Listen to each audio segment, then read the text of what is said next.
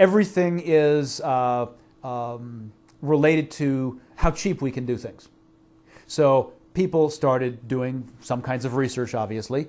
Well, what is it in the manure that's so important? And what is it in the green manure that we're plowing that's important? I mean, there's got to be some other way to do this so that we can grow all the time, so we don't have to have green manure growing, for 4 months. We could be growing some other crop during those 4 months. So they started doing various different types of research, and they found that NPK, which is if you take a bag of fertilizer, there are 3 numbers on there. Those are usually called the NPK numbers. It has to do with the amount of nitrogen, potassium, and phosphorus that's in the bag.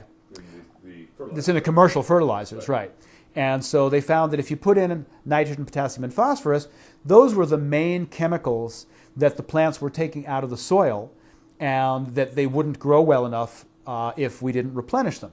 So they start putting them in chemical-wise, which was really cheap, and then the plants would look good again. The problem is that, and people will argue whether there are 50 minerals that we and other animals need, or 55 or 60 or 65 or 70. They can argue forever. We're never going to really know because we keep on learning new things every year. But in any event, there are dozens and dozens and dozens of minerals that our bodies need and other animals' bodies need to keep them healthy.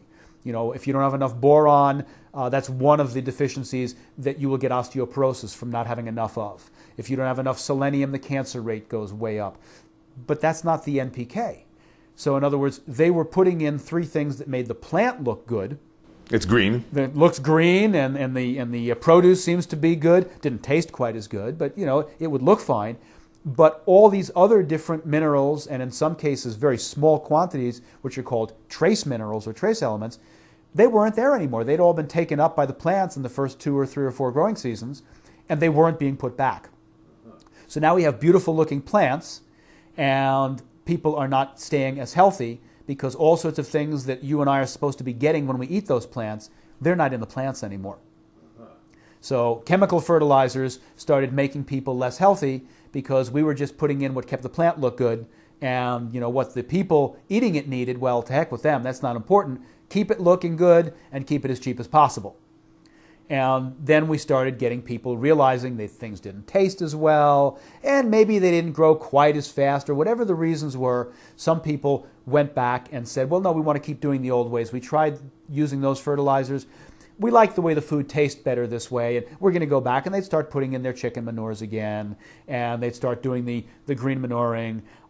And over many, many decades, centuries, different things that we now call organic fertilizers got developed.